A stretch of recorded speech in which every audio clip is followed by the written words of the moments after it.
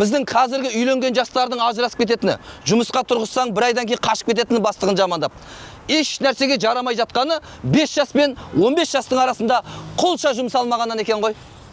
Құлша жұмсалып үйренбеген бала ештеңе жарамайды. Я байдың қадірін білмейді, я қатынның қадірін білмейтін, я бір отбасын сүйре алмайтын, жұмысқа барып салсаң соңына дейін істеп жете алмайтын. Неден анау әбден не жасап көрмеген ғанау? Құлша жұмсалып соңына дейін істеу керек деген нәрсені әке-шешесі үйретпеген кесірінен дымға жарамайтын ұлдар қыздар пайда болып жатыр қазір. Ауырдың не? Ауырдың үстімен, жеңілдің астымен жүретін, оңай телефоннан ақша табылатын оңай жұмыстарға қарай ыңғайланып жатыр қазір көп жастар. Бірақ бәрі болашақта керек шығар, кетпен күрек, балта деген нәрселер. Үшінші, әкенің, ананың перзентіне үйрету керек болған. Құдай алдындағы шүкіршілігі дұрыс болу үшін үшіншісі, балаға адал жолмен ақша табуды үйрету екен ғой. Адал жолмен ақша табу. Ақша табу. Мен көп айтқам. WhatsApp-тан да оқып қойған шығарсыздар. Мынандай бір бар еді ғой анау. Қалада заправкаға бір үлкен қымбат машинамен келеді да, бензин құяйын десе бір жас бала шыға келіп, 4 баллонды 100 теңгеге тазалап берем деген бала ше анау. Ей, мектебің қайда депті анау. 100 теңгеге 4 баллон тазалайым деген шелегі бар, тряпкасы бар. Сөйтсем түскеден оқып келдім ғой аға депті.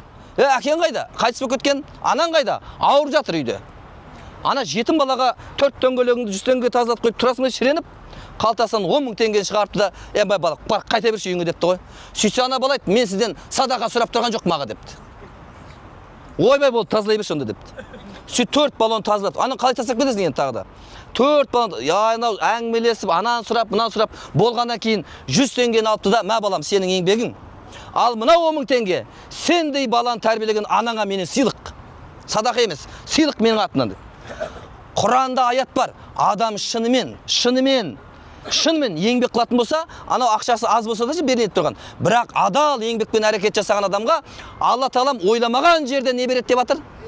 Ризығын беріп қояды дейді. Ана бала адал жолмен істеймін деп еді, бәрібір не беріп қойды Алла Тағалам? Адал жолмен ризық несібесін молайтып қойды да. Сондықтан әке мен ананың Құдай берген перзент үшін шүкіршілік айтуының үшіншісі не болды сонымен? Балаға, ұлға, қызға не үйрету? Адал жолмен ақша табу, адал жолмен. Мысалға, арақ ақылды құртады, пиво ақылды құртады. Демек, ол бәлелерге жолатпау керек та? Жолатқызбау керек. Үшіншісі не дедік? Адал жолмен нәпақа табуды, ақша табуды үйрету. Ал төртіншісі ата тегін үйрету. Ата тегін үйрету. Әке-шешенің міндеті. Оны біздің бабаларымыз қалай шешті десе, жеті атасын білмеген жетесіз дейді.